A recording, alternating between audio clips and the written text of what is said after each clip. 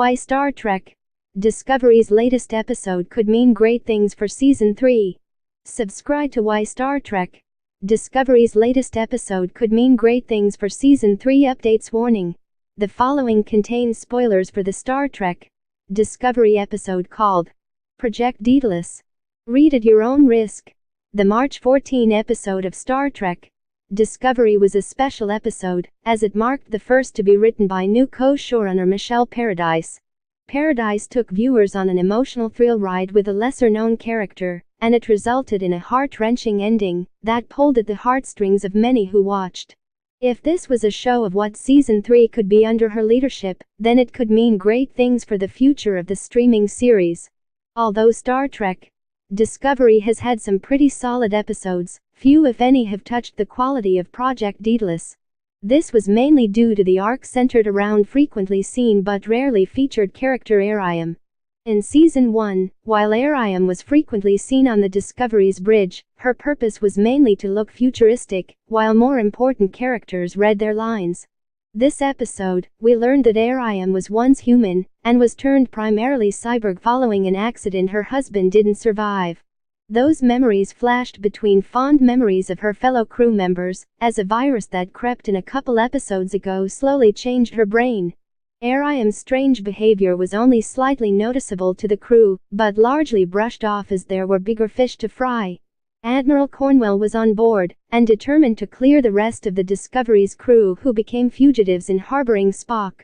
Cornwell's questioning of Spock confirmed he did not kill the medical staff in the institution he was committed to, and yet, she had video evidence he did just that. Michael was determined to defend her brother, while Spock remained equally resistant in receiving anything from her. This eventually led to a blow-up between the two siblings over chess, in which Spock finally broke his calm demeanor and acted angry. He fired back at his sister with some scathing logic, calling out a refusal to rationalize she couldn't have prevented her parents' death, and admitted he thrived on his failure to understand his current predicament because it felt liberating. Essentially, he was happy to feel something human, even if it wasn't something positive.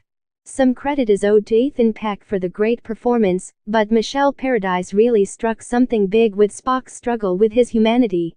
He's Vulcan and fully committed, though that's only because he's denied his humanity for so long. He's denied it so long he struggles to reconcile human emotions, so he relishes the opportunity to fail during the chess match, as opposed to playing the game logically. And that angry board flip at the end? Perfection. All that is suddenly all out the window as Discovery is forced to fight for its life when Sector 31 space mines begin targeting the ship. Captain Pike hailed the base's admiral, but was informed they'd been given order by Starfleet's elite to take Discovery out.